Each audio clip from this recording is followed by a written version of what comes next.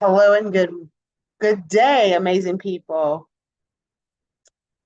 I'm waiting a few minutes for others to come in, but I want to thank you for being here. I want to introduce you to my avatar. I created her because sometimes it is important for us to have others to represent us that look like us.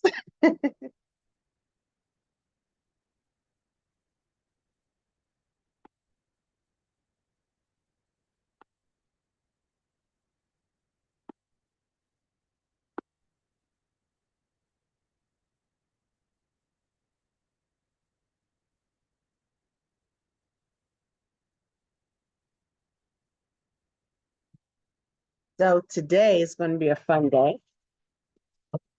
And what I'm going to do is share with you mission It's Possible. So, with the mission It's Possible, what I am sharing is that it is absolutely possible to have a positive workforce, a positive workspace, and for you to be positive as well. So, allow me to go ahead and share my screen with you to show you exactly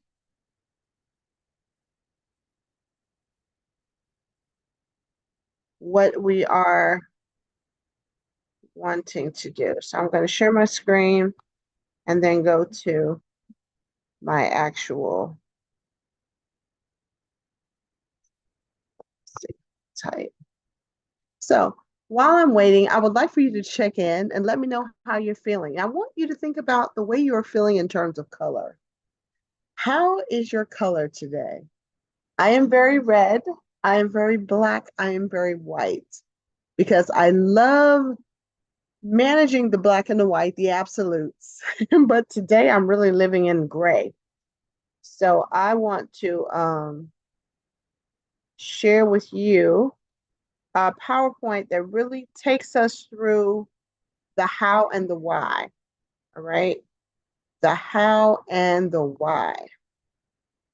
Because what I know is it's going to be about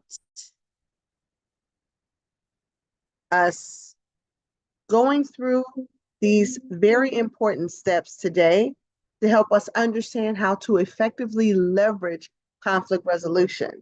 So whatever your day is, I've been a little red because I've been running up against some timelines, but I'm in black because I'm cool. Black for me is cool. So I've been able to relax a bit too. So just real excited about where we are. So I want to know where you are. So here are the guidelines. This is actually being streamed live on YouTube. So you can always go back and view it. You can always share it. And I want to encourage you to subscribe. It's the Conflict Chick. I will also upload it on LinkedIn, where I know the majority of you hang and do work. So be sure to catch it and share it with a friend. All right. So when you think about conflict, what is your initial thought? What does conflict mean to you?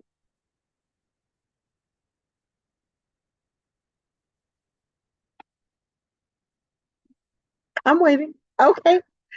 Conflict for a lot of people is just that it is a bunch of angst, and it is something that is difficult for people to grasp, difficult for people to understand, difficult for people to really control. So I'm going to go ahead and show this PowerPoint and we're going to talk through it. So we're going to have case studies today and also talk about ways that you can apply the knowledge that I'm sharing here in your own personal and professional life. Okay. So now let me get, all right, here we are. Yay!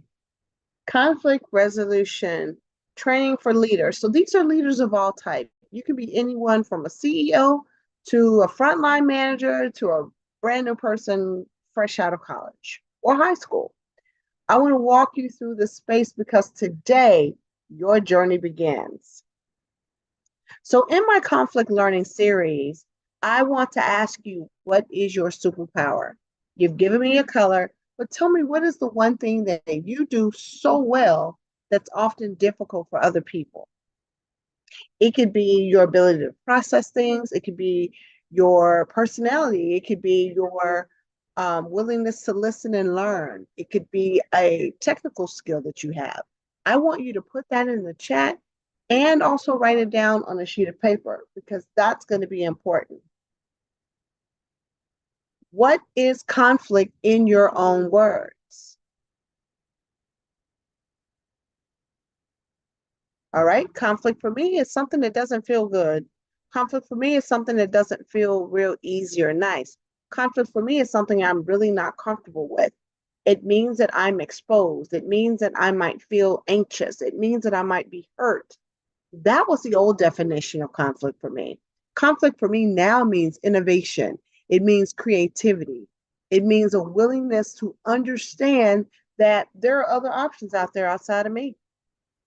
So now I want to ask you, how do you handle conflict? For me, it depends.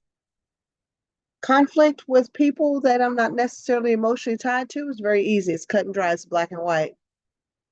Conflict for me in other ways means I may or may not do something, or I may or may not even want to do something, so I may avoid it. So that's what conflict is and what it means to us. Now, how does conflict handle you? I will have to say it varies because for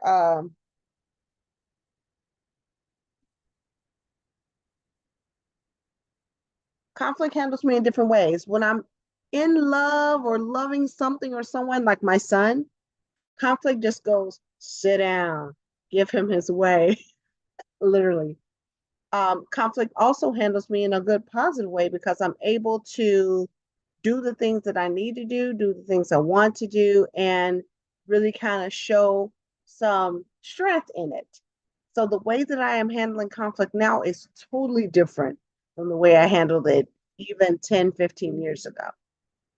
All right, so our learning objectives for today, we're going to go over conflict in detail, kind of give you an idea of what it is.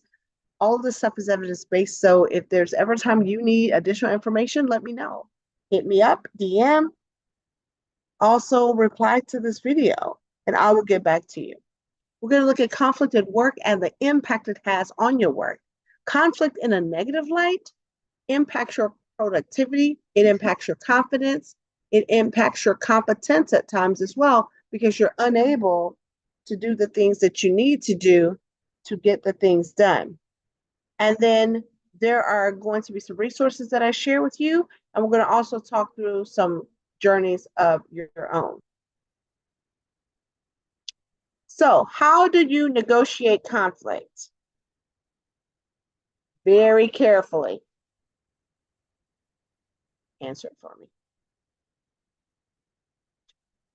And so before we begin, how much do you really know about conflict resolution and peace building in communication?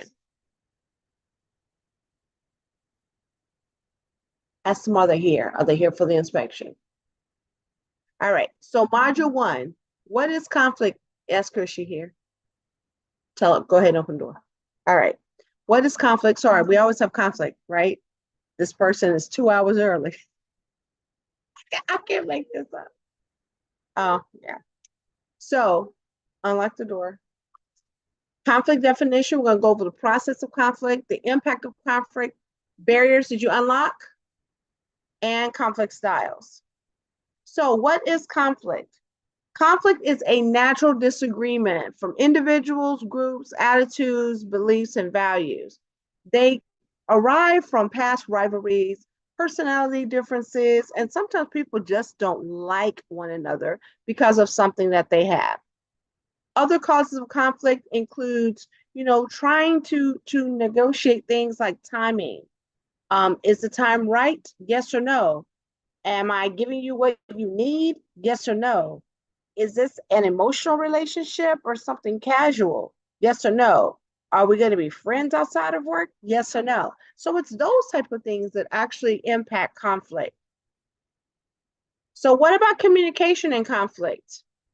Some will tell you communication is an art and not a science, but I'm here to share with you that it is actually both. Communication is an art and a science. So we're going to talk about positive leadership. I'm actually in the middle of a live. I thought you were coming to welcome to the world. Oh, no, you're good. So effective communication is 20% of what you know and 80% of how you communicate what you know. Okay. And so diversity is a combination of all these different things. So each and every one of us, even identical twins, are all about age, sexual orientation, ethnicity, race, gender, physical abilities, qualities, the creed, education, parental status. Look at this entire wheel. Now, did you think about diversity from these lenses? No. But guess what? In your organization, you walk in as a big combination of this beautiful wheel. And how dare us think that one person or one group of people is a monolith? It's an absolute lie. And Jim Rohn showed us that, right? Just open. Yeah, hon, just open. So what we're doing now is getting our house ready to move, right? That is conflict. The different things and different people who all live here, you can tell there's 5 different folks living here and 3 different generations. Okay? So let's talk about how conflict shows up in communication. Because now that we're living in a virtual world and also in a hybrid world, and some of us are back face to face, everyone is not an expert in communication. Everyone is not an expert in communication. And you know what's funny? It's hard to tell some people that. But think about what people say, what people know, what people do. And then, think about how people feel that good communication will solve any problem or save any problem. It's absolutely false. You know why? A lot of people don't communicate well, and some people will refuse to communicate. So, how does that impact you? It can make you angry, it can make you unhappy, it can make you unsafe, it can make you numb. And so when we look at conflict resolution and the way that conflict is actually communicated, it makes it problematic sometimes. So communication is inherently good, not always. Sometimes we're communicating bad things. Think about that performance review, that you have to do. And some people think more communication is better. When you have a relationship with someone, it's like, hey, let's talk. Let's do this. Let's do that. Absolutely not. You have noise. Noise is exactly what comes in. We have noise everywhere. Noise is I send and receive noise. I got feedback. I have channels of communication, email, text messages, instant messages. I decode and encode messages differently. So I may be telling you something right now, and I might be on the phone and thinking about this inspector that just left my house. That is all considered noise. So conflict is constantly interrupted by other things and other people. It can be your smart device. Okay, I'll pick mine up. It can be your smart device. It could be a family member. It could be your own thoughts. Because what we want to do is make sure that we understand the role of interpersonal communication, because that is going to be the thing that helps you understand the role of empathy, the role of joy, the role of unlearning and relearning good habits and good communication. And the only way to do that is to address conflict. So let's go through a scenario real quick. How many of you realize that the way we communicate, nonverbal is the biggest number, the biggest percentage? It's between 65 and sometimes for some people, 80% of the way that they communicate. If you happen to have a extroverted personality, then you will fall along the line of maybe 50 to 70%. But what if you're an introvert? Maybe the introvert only talks 40% of the time ever, or 20% of the time ever. That is where we have to understand the role of communication and how conflict arrives from the way that we communicate. Sometimes your nonverbal communication creates conflict with someone else. So when you're in a workplace, how does this play out? I want you to think about an example where you had a coworker who you thought should have said or done something, but they did something totally different. How does that work?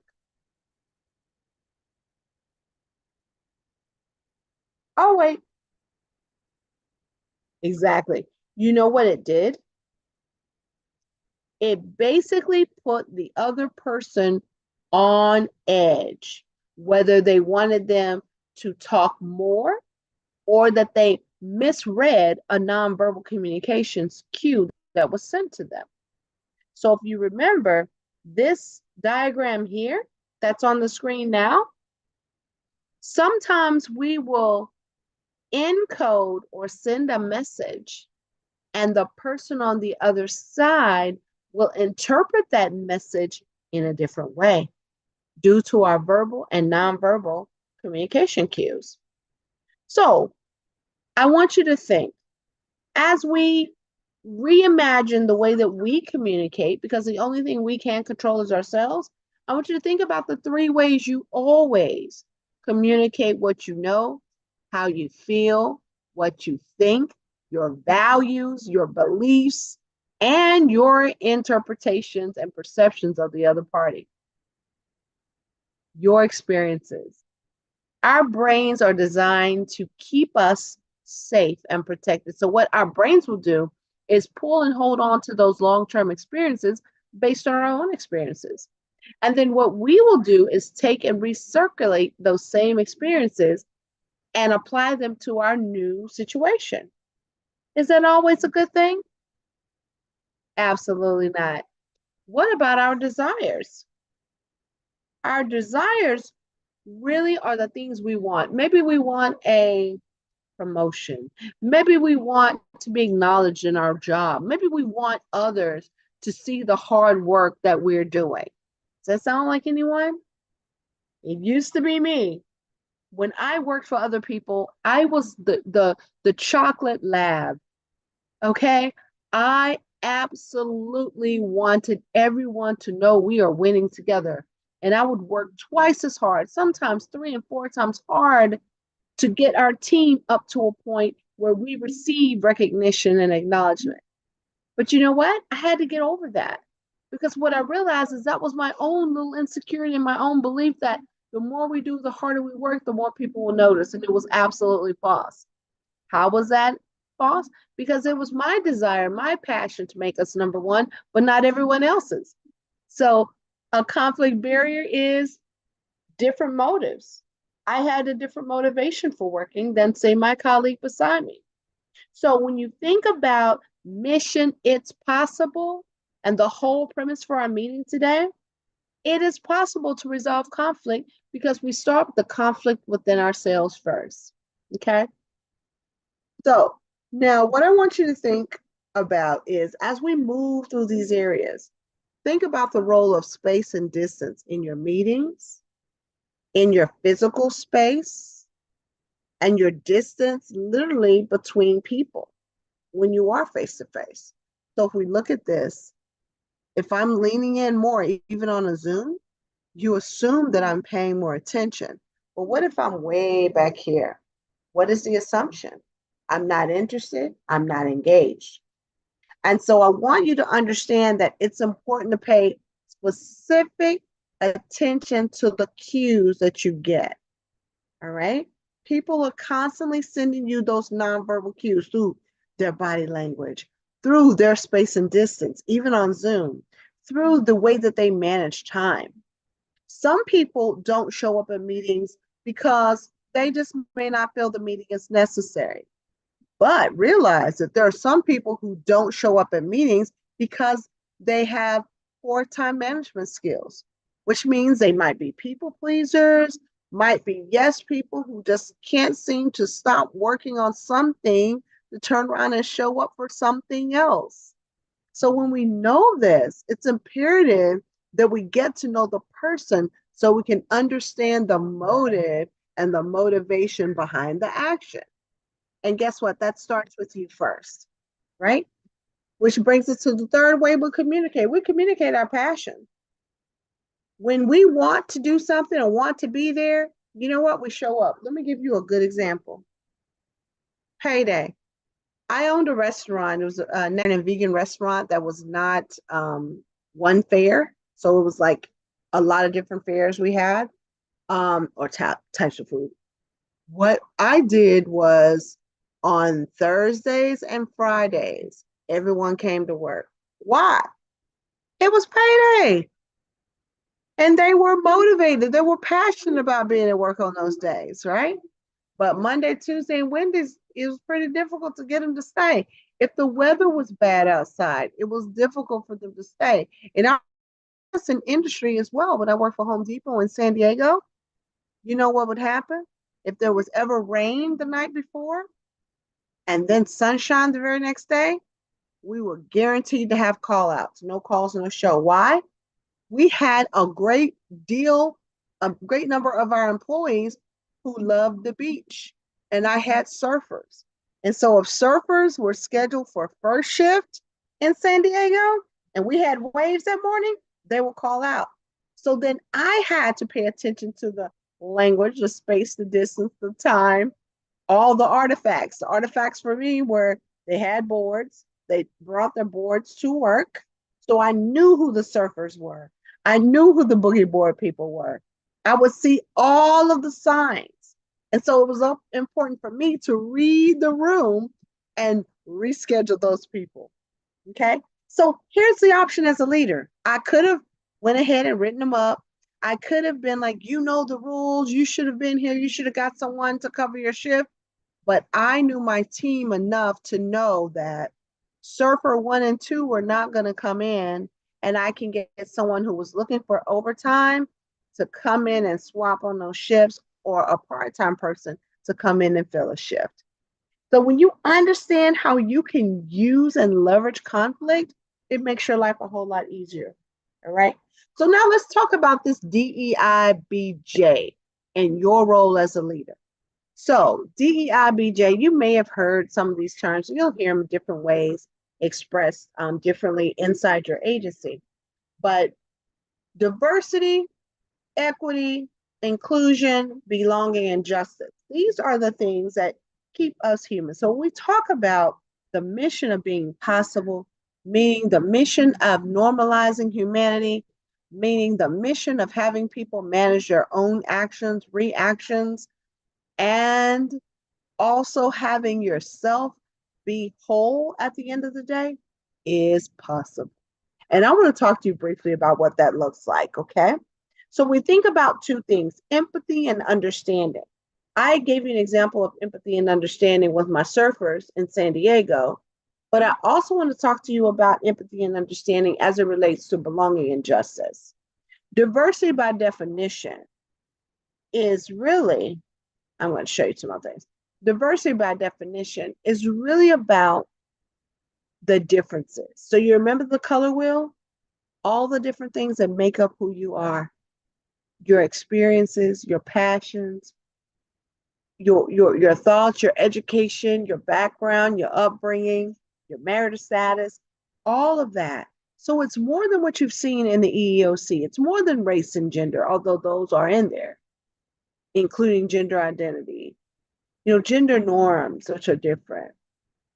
All of these play a part in what diversity stands for. So equity is having access to the resources to get what you need, regardless of all of your intersectionalities, or all of your diversity factors. Okay. Then belonging is being able to foster a collaborative, warm, thriving environment for people to be all of the things that they are at the same time. So that's the word I like to use in the clause, at the same time, because sometimes what happens, our diversity and all of our identities have to be spliced or broken up because people will not allow us to be our whole selves. And I'm here to share with you as a leader of an organization is that you can do some small incremental changes to make some big impact later to help people show up as their whole selves all day, every day. Okay. Justice comes when people are able to advocate for themselves, able to hold themselves full and in their own truths, and stand on their own business without the supports or needs of others. So that is what I call a continual state. That's where we're constantly becoming more of a justice community. Okay. So I'll give you an example. Justice would be, justice will be when we have eradicated all of the systems of oppression and suppression and depression that have paralyzed people from all walks of life. That's justice. Okay. So it's not just something happened to one person, eye for an eye. No.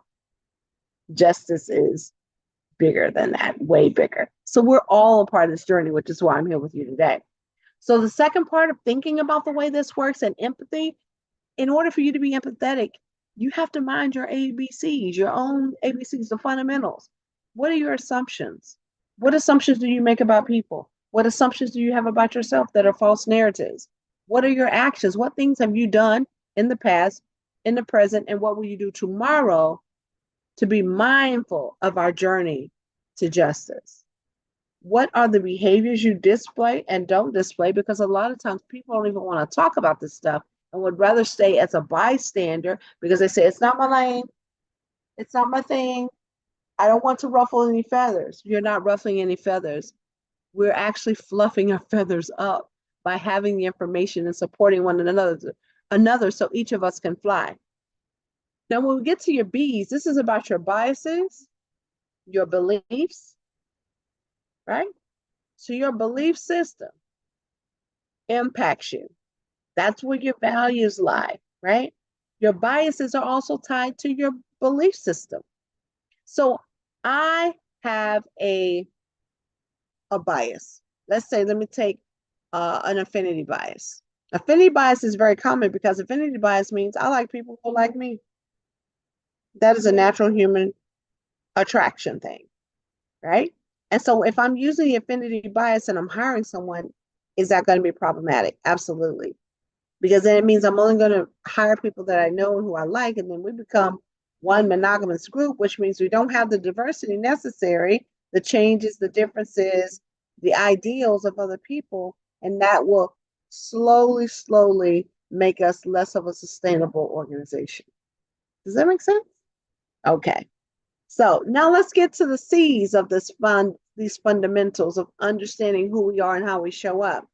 We must understand our culture. We must be culturally competent.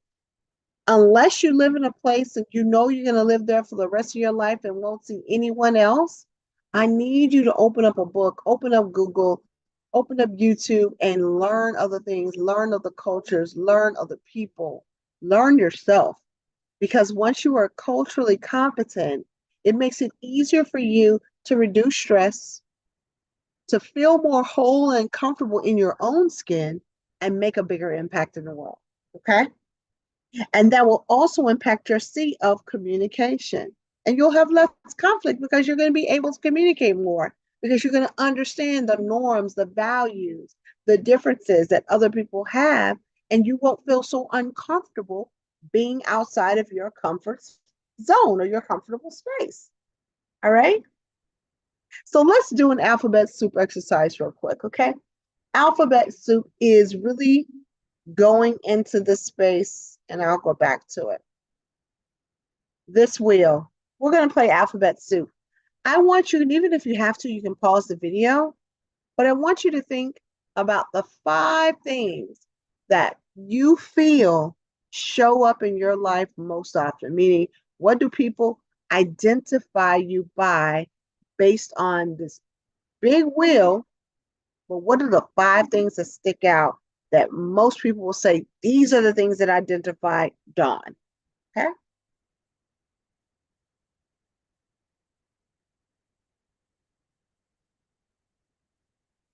Okay. Now that you've taken time, I'm going to model it. So, alphabet soup for me, the 5 things that people think about when they see Dawn, they think about my education, my race, my gender, my age, and I'll have to say my communication style. Okay. Because I'm very, hey, how you doing? In your face, always bubbly, right? I am clearly a highly melanated person with coiled hair. People now see my age because I'm finally looking over 30. Okay, over 40. And my education shows because I'm always talking about something academic. So people are like, oh my God, she's so smart, or she's getting on my nerves. Tell her to shut up. And so when you think about alphabet soup for you, what does that look like? How do people afford you the opportunity to get to your road of justice by allowing you to be who you are? Do you know in some spaces I have to take my education down a bit, mean not talk, because some people are like, oh, she's too much. Or how I walk in a room and I might be the only person of color and definitely the only Black person in the room. How does that make me feel? How does that make other people feel? So when we think about the alphabet soup example, we need to get to a point where all of us are able to be empathetic enough, to be open enough, transparent enough to say, hey, we need to diversify this room. My affinity bias is up because all the people in the room look like me, right? If we're really going to get to a place of belonging and justice, it's important for us to diversify the space. Different thoughts, different people, people from different places, different dialects, different religions, different sizes, ages, you name it. So let's talk about these frames of leadership. I'm going to have a link for you and I'm going to do another one. I just want to kind of tell you there are 4 leadership frames that we use when we show up in the space. So depending on what your role is in your organization, I want you to understand this. You have the ability to make an impact, even if you are a new college graduate, even if you've been working in the same organization for 45 years, even if you are a new hire in a new position in a new part of town, in a new state for 2 weeks, you have the ability. But what I want you to understand is that conflict chooses a frame even when you don't. So let me talk to you about when conflict shows up at work and leadership styles. If you have a boss who is always about give me the numbers, what are your numbers here? What are your projections? Where's the report? Are you going to be on time today? That's a person who is using their structural frame.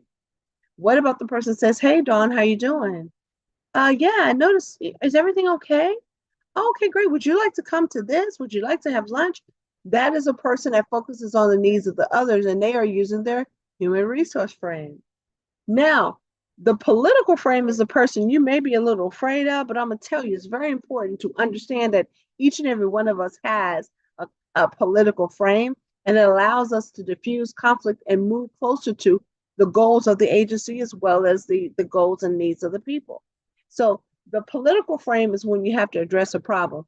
Maybe there is a conflict in a report that was given, and we need to get this over to a funder. So what do we need to do? Got to address the problems as we see them. So that person may be the mediator. So they're using a political frame. And then last of the 4 frames is the structural frame. This is the type of leader that you will hear called the inspirational leader. They're the ones that uses a sense of purpose. They will use the mission statement, the vision statement. They have it on their wall. They wear their t-shirts. They're always branded in the company gear. You know who they are. It might be you. They are definitely interested in leveraging their symbolic frame. They are inspired by rewards, recognition, and celebrations, right? Guess what? That can also pose a problem or an opportunity in the workplace because conflict itself shows up. It's neutral. It's neither positive or negative. It's based on your response to the stimuli. So let's take a person who operates in their structural frame most often. If they're not recognized for a job well done, how do they feel? You're right, conflicted. And so what we want to do is be able to balance the four frames, not only for ourselves, but for also the people that we work with. Okay. So do you know your ABCs? We talked about how do we build empathy? How do we connect with our joy? How do we show love as an agency by looking at our ABCs? We want to enhance team cohesion by doing the things that we are supposed to do. Check in on people. Make sure you understand who they are and what they're about. If you know there's something that irritates them and maybe it's a superpower for you, ask if you can give them a hand. Increase productivity. How do we increase productivity? By aligning with our strengths. I lay in my strengths in any organization. I do it with my clients. For example, I'm a consultant, speaker, and a coach. I help organizations of all sizes, even multi-million-dollar corporations and nonprofits. If they bring something to me that is not in my skill set, I reduce the conflict by outsourcing it to a contractor who does have it. So being able to say, hey, that's not my strong suit, that's not what I do. However, I do have a person I can bring on board and we can MOU them, memorandum of understanding, or I can contract with them, 1099 them. You let me know. But again, that will increase productivity because I'm not wasting my time trying to figure out how to be everything. Lean into your gifts. Boost innovation by having think tanks. Have a think room. Have a space and a time of day. Maybe every Friday at 3 o'clock, you get together to just ideate, create dreams and goals, and throw things on a wall. And what you have to do is ask your leaders not to filter themselves.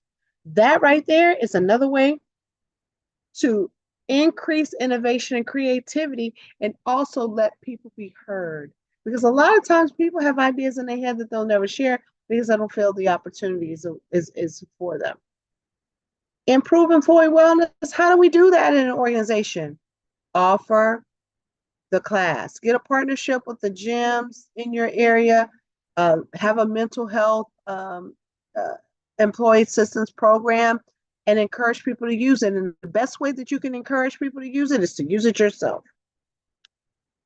Foster growth in organizations. Find out who people are, what they're about, how they like to communicate. Ask them, do you like to be recognized for things or would you rather me put it in a newsletter? Are you one that likes to go out to eat or have lunch brought in? Do you want a big deal about your birthday or not? Simple things. When you mind your ABCs, it makes everything else better. And your organization is more fluid with less conflict. All right. So now in closing, we're going to go to this last module, conflict in the workplace and your impact. Your implicit biases are there. Your microaggressions, your natural tendencies, your experiences, your passions. Just understand that every story, every experience, every narrative is important. It may not be something that you agree with. It may not even be something you like, but you have to understand in a workplace to be totally inclusive, people have to understand that belonging means we all belong, even when we don't have the same needs, desires, or interests. Okay. So create opportunities to do experiments and have full immersions, bring outside consultants like myself and others in to ignite the joy in your group. Bring in a yoga instructor or a Tai Chi to come in and show people how to remain calm, how to relax. Okay. Create a rec group or team for your organization where they can do things. But I do want to make you aware of one of the biases It's one of the largest biases that we have that most people don't acknowledge, and that's the ableism.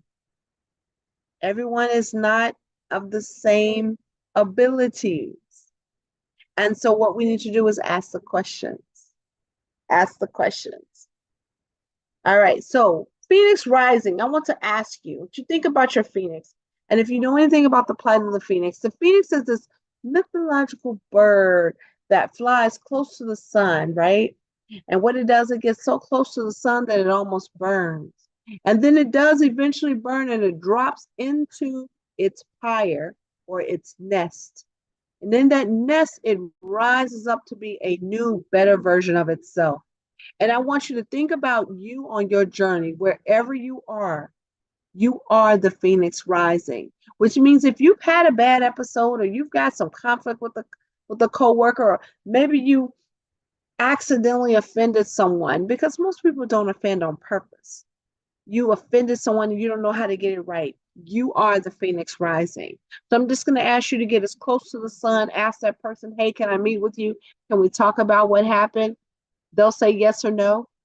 Once they give you that answer, you go into your power, your nest, do your retooling, do your work, learn, churn, learn again, unlearn, relearn, do your work. Dedicate at least an hour a day towards your own journey, your own intellectual journey. It might be one of diversity. It might be one of getting a certification just so you can have better competency on your job. It might be a journey of self-care and self-love. Maybe going and getting your getting a pedicure once every 2 weeks. Whatever that is for you on your journey, you are your own Phoenix. And as you go through this journey, we can start March 1st. I'm good with that. Ask yourself, what are you willing to acknowledge about you and what are you willing to change? So when we think about courageous conversations, there's an entire book about it, right?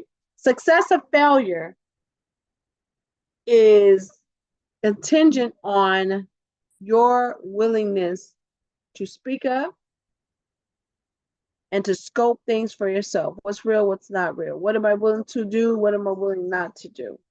You know, what am I willing to acknowledge? So I want you to think about it. When we go back to that question, what are you willing to acknowledge? And what are you willing to change? And I want you to only pick one thing for 30 days.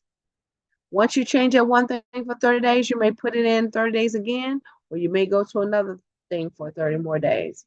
What are you willing to change? Is it your attitude? Is it your behavior? Is it a belief that you've held for a long time? Is it your confidence level? Maybe it's a competence thing. And I'm going to take a online course and become proficient in Excel. Whatever. It can be anything in your Phoenix Rising moment. But understand that leadership requires two things. That self-assessment is the egg. It's the yolk and the egg. You have to know where you are, and you have to assess and reassess yourself often, because you are growing into the person you are becoming.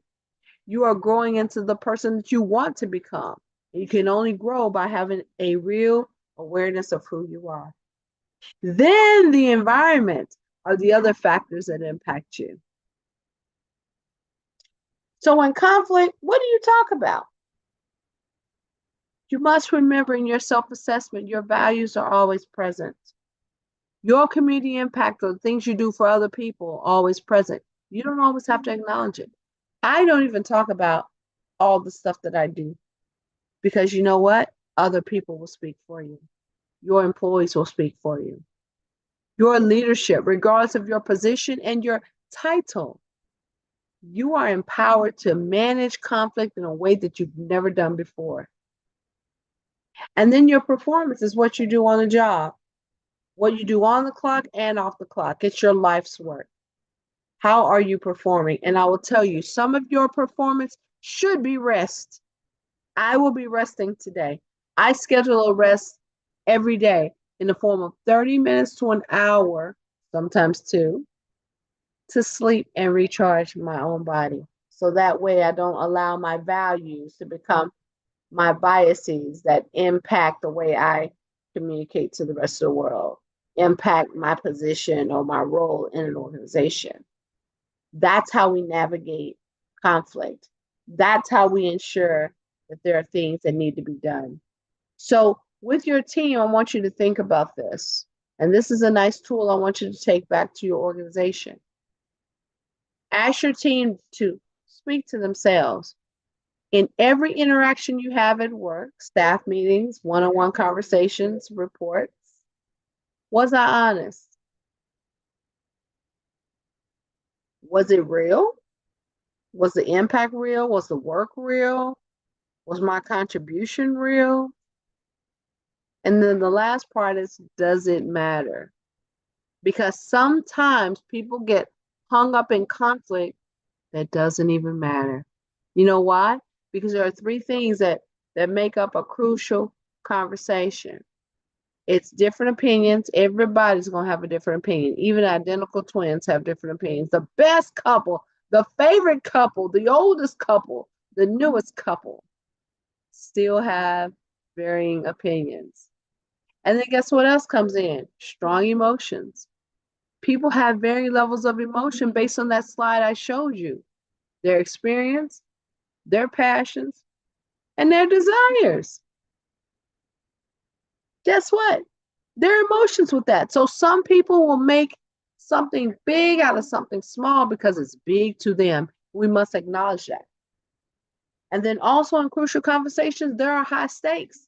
Sometimes it's someone's reputation on the line. Sometimes it's someone's paycheck on the line. Sometimes it's someone's job on the line. And a lot of people aren't willing to save face. That's why a lot of people don't step into diversity, equity, inclusion conversations. That's why people don't speak up about why it's important. I focus on conflict. My conflict is my thing. And they'll say, Dawn, do you do DEI? I say, DEI is conflict. They said, Dawn, do you do relationships? Relationships have conflict.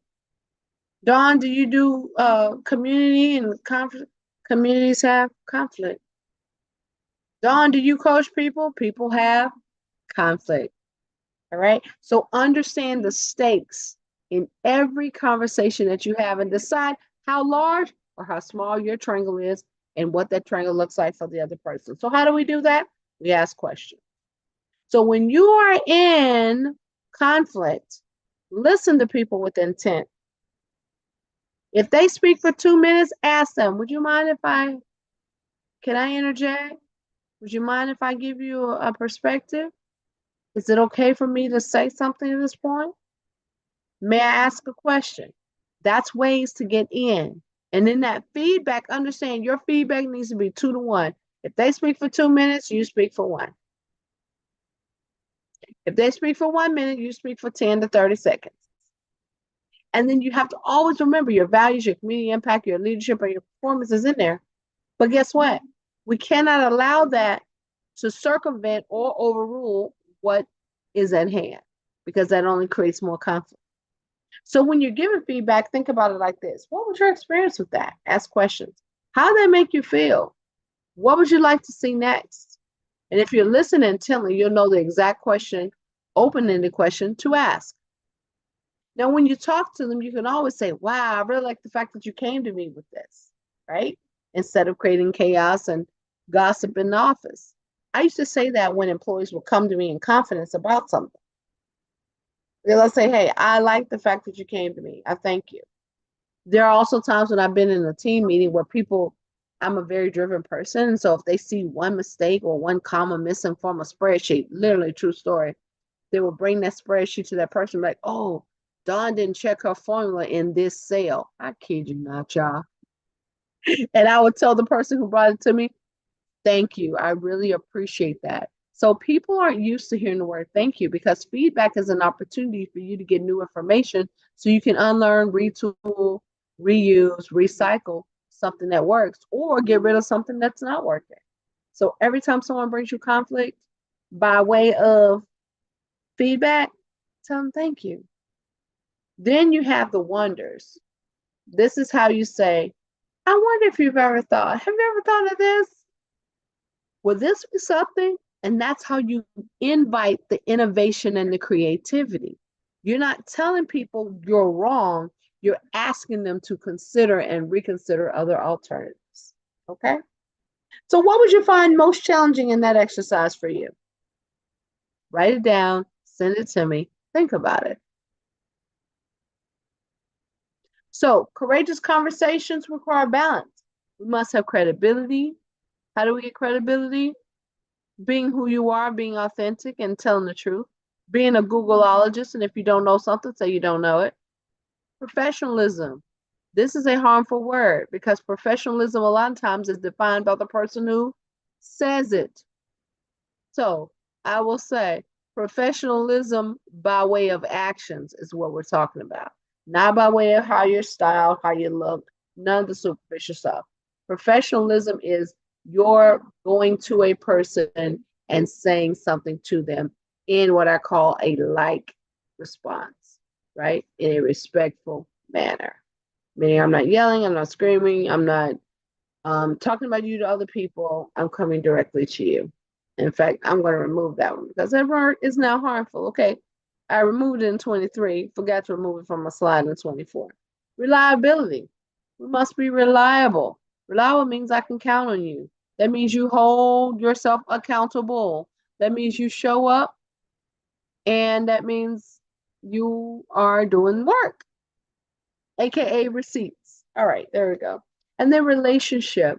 Courageous conversations require relationships because relationships get you closer to the empathy and get you closer to what? The trust building. And a lot of people are in conflict because they just don't trust you or your motives. And so, in order for you to really, really, really be able to have these really deep conversations with people, these courageous conversations, these psychologically safe conversations, is to build a relationship where they know, trust, and desire to stay connected with you. All right. And then confidence. Confidence comes with practice, y'all. Confidence comes with practice. So the more you practice, the more comfortable you are. The more you put yourself in situations where you're not the smartest person in the room, the more confident you will become as the room continues to change. So, in closing, pinpoint and eliminate your communication barriers. You know what they are in your space. The more you do, the better you become. Controlling your emotions is one way. Minding your biases. Remember your ABCs, your attitudes, your actions, your behaviors, beliefs, your biases. Being competent, being culturally aware of other people and other things, and also being upfront about how you communicate and improving that on a consistent basis. Because you know what? When we eliminate fear, false evidence appearing real, it makes the conflict go right out the window. When we know and can read body language, or at least inquire if the body language seems different for us, knowing to do that helps you reduce, helps you build empathy, compassion, and trust. All right. So these are the leadership qualities. And I encourage everyone to have a mission statement for your life and a vision statement for your life. And also put them next to the organizations that you work for. There should be some alignment in what you see. And on the right, you will see the qualities of amazing leaders. And we want you to lead at home and at work. So, are you a good listener? Do you have a loyalty to the work, to yourself, and to others? Do you have respect for the people you're working with? Do you take initiative? Are you passionate? Do you have enthusiasm when it comes to even the tasks you cannot stand? Are you a strategic thinker and do you lean into the thoughts, or do you hold all the great ideas to yourself? Are you supporting other people and supporting yourself? Taking your wellness days, spending time with your family. Are you honest, not only in your work, but also in your worth?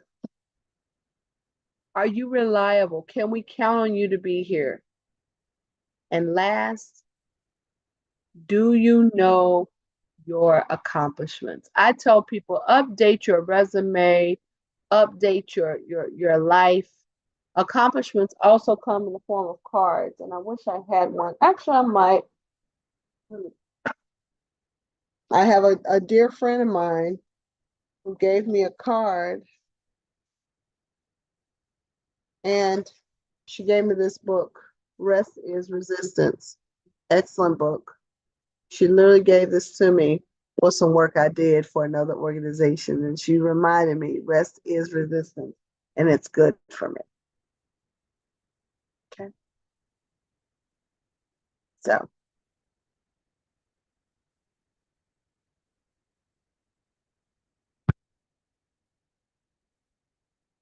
So here are your 5 lessons in communication for today to help you be a more empathetic, a more informed, a more empowered, and a more well-rounded employee. Address the emotions in the room. Listen to the other person's concerns. Ask open-ended, thorough questions and listen. Remain objective as much as you possibly can. So that's at Stephen Covey. Seek to hear, then to be understood, and then make your point. Our personalities and preferences show up no matter who we are and where we're going. Power and position influence people and performance. So understand that. This is the key. When you're dealing with people, people are people. They're not pawns. And then last, manage the work and the way we work together. So they follow your lead. You, even if you are a college student, can influence the people who've been doing the same thing the same way. Use these tools and leverage them. And understand always that you are gifted and you bring your gifts through every day. So wear them proudly and wear them boldly. All right. So think about when it comes to conflict resolution in your life, what is one thing you want to stop doing? Write it down. What is one thing you want to continue doing? You're already doing great work in your space. What's one thing that you want to continue to do? And then last, when it comes to conflict resolution, with the tools I've shared, the information I've shared, what is one thing you want to start doing?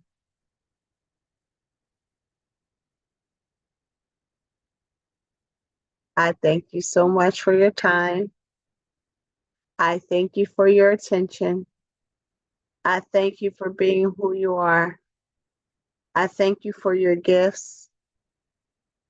I want you to understand if there is anyone in your network who needs direction when it comes to improving communication, reducing conflict, and improving the morale and impact in their organization, please share this video, share my information.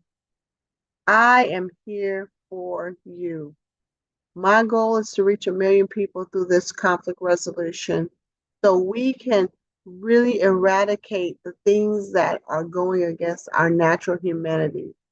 People are people. Connectedness is the key. And I am Dawn Stone, the conflict chick. We'll see you soon.